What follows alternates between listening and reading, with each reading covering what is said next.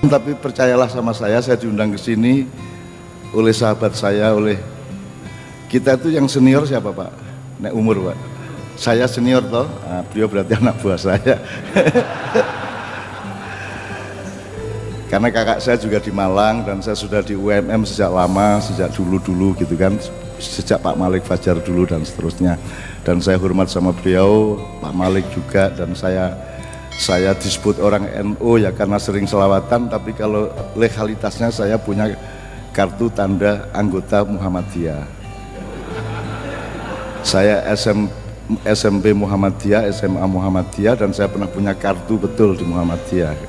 Cuman kedua-duanya kurang mengakui saya, gitu ya, nggak ada masalah. Jadi yang pertama seperti itu.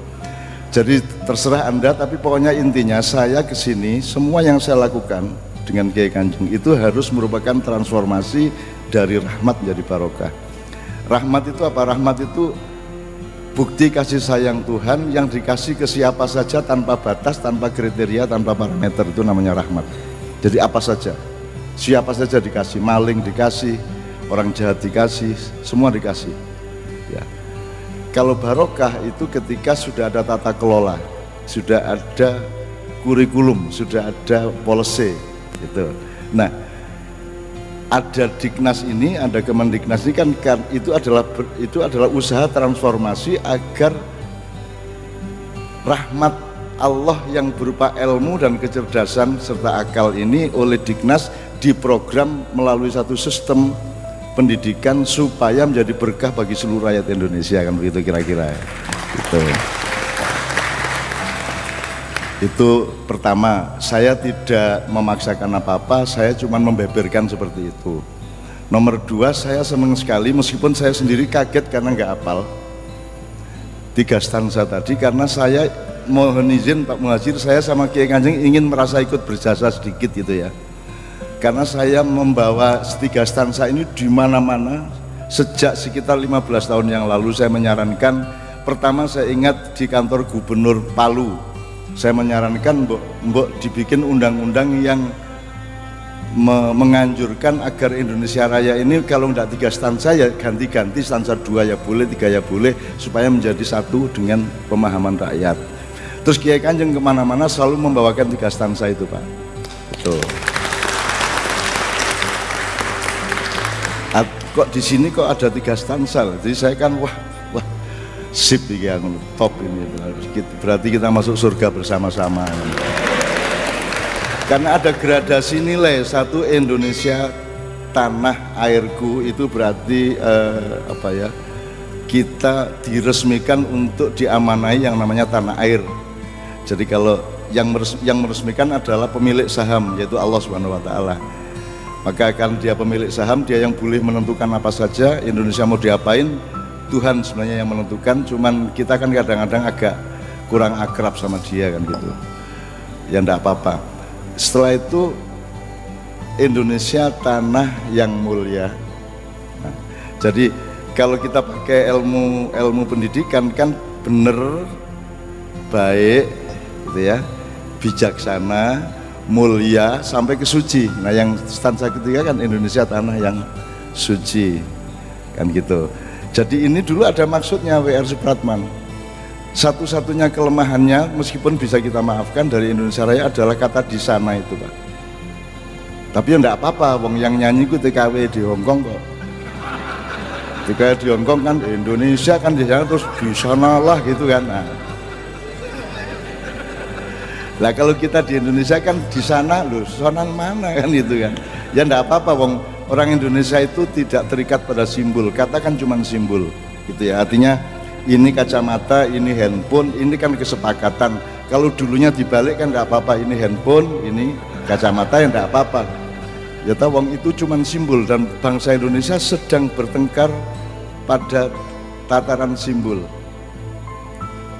Demokrasi ya simbol, apa saja sebenarnya simbol. Islam pun kata itu juga simbol. Nah sebenarnya kita harus menyelam sampai ke substansi yang nanti simbolnya bisa berubah-ubah, tidak ada masalah. Jadi kita ini salah input outputnya. Misalnya sarjana itu input bukan output, menteri itu input, outputnya adalah perbaikan pendidikan, kan gitu. Saya sholat saya itu input, dia belum bermakna bagi manusia. Jadi jangan pamerkan ibadahmu, karena ibadah kita itu hanya urusan kita sama Allah dan dia baru baik kepada Allah.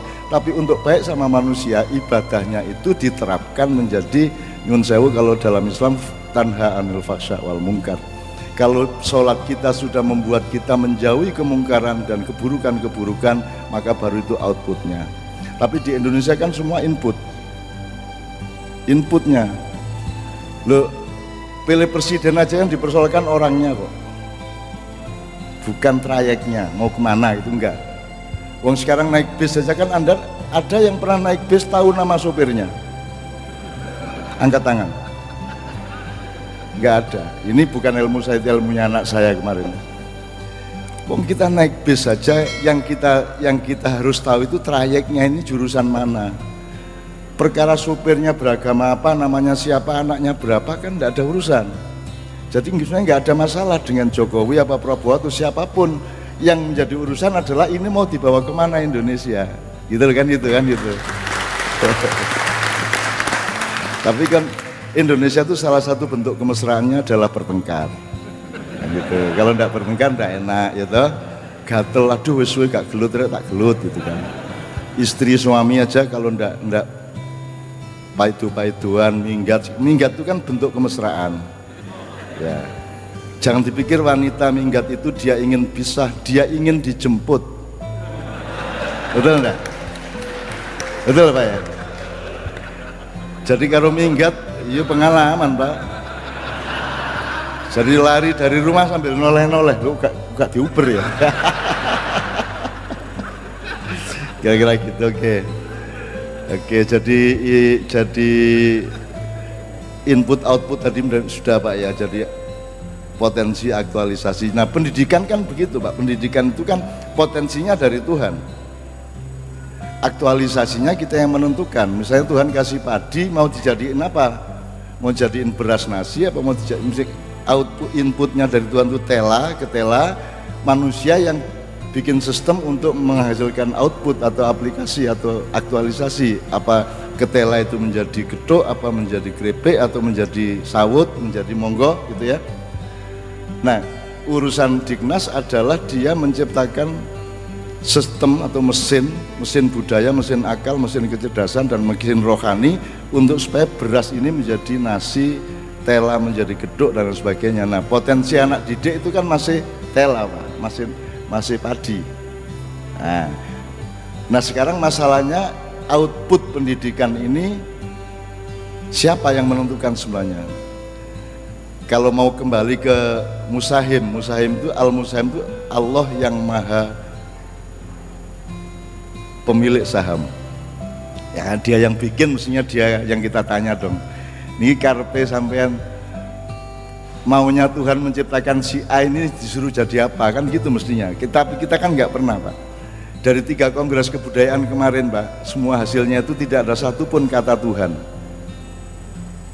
Tidak pernah. Sampai lihat National Geographic, kagum kepada alam semesta, coba tunggu ada satu kata Tuhan, tidak ada. Jadi Tuhan itu saya itu kadang-kadang kasihan juga. Walah tidak pernah disebut, dia cuman pelengkap penderita, cuman ya untuk kepentingan pemilu saja Tuhan disebut-sebut kan gitu. Ya gak apa-apa, tapi Tuhan maha besar jadi tidak ada masalah. Terus gak apa-apa nun gitu kan. Kan saya sering juga melakukan apa muhajir yang bisa disebut berjasa lah gitu ya. Apa itu mendamaikan tawur, apa kan macam-macam juga, apa jilbab, apa kesenian, apa sinau, kan saya sedikit-sedikit ya ono jasane gitu ya. Terus kan tidak disebut Pak. Jadi malam ini, siang ini kita Kiai Kanjeng sudah ke 4.000 berapa? 4.038 titik, 4.038 titik ini sekarang. Itu keluar di koran atau majalah atau media massa tidak ada 5 kali Pak. Dan terus kadang-kadang kan saya ngersulah juga, terus saya sambat Tuhan kebacut arek-arek itu saya bilang kebangetan ya Allah, masa kita ngumpulin 20.000 orang, 30.000 orang, acara sampai jam 2 pagi, jam 3 pagi, satu huruf pun tidak keluar di koran. Terus Tuhan ketawa, dapurmu Nun gitu kan. Jangankan kamu, saya itu tidak dipuji loh sama mereka. Saya berjasa macam-macam, saya itu wah, jasa saya tidak karu-karuan tuh nggak pernah mereka sebut loh. Kok kamu lah, dapurmu sopo gitu kan. Nah, kita akhirnya setelah itu saya ikhlas, nggak apa-apa. Saya kesini tidak untuk berjasa, saya kesini tidak untuk diakui, saya kesini because I love you all, that's all kan gitu. Oke.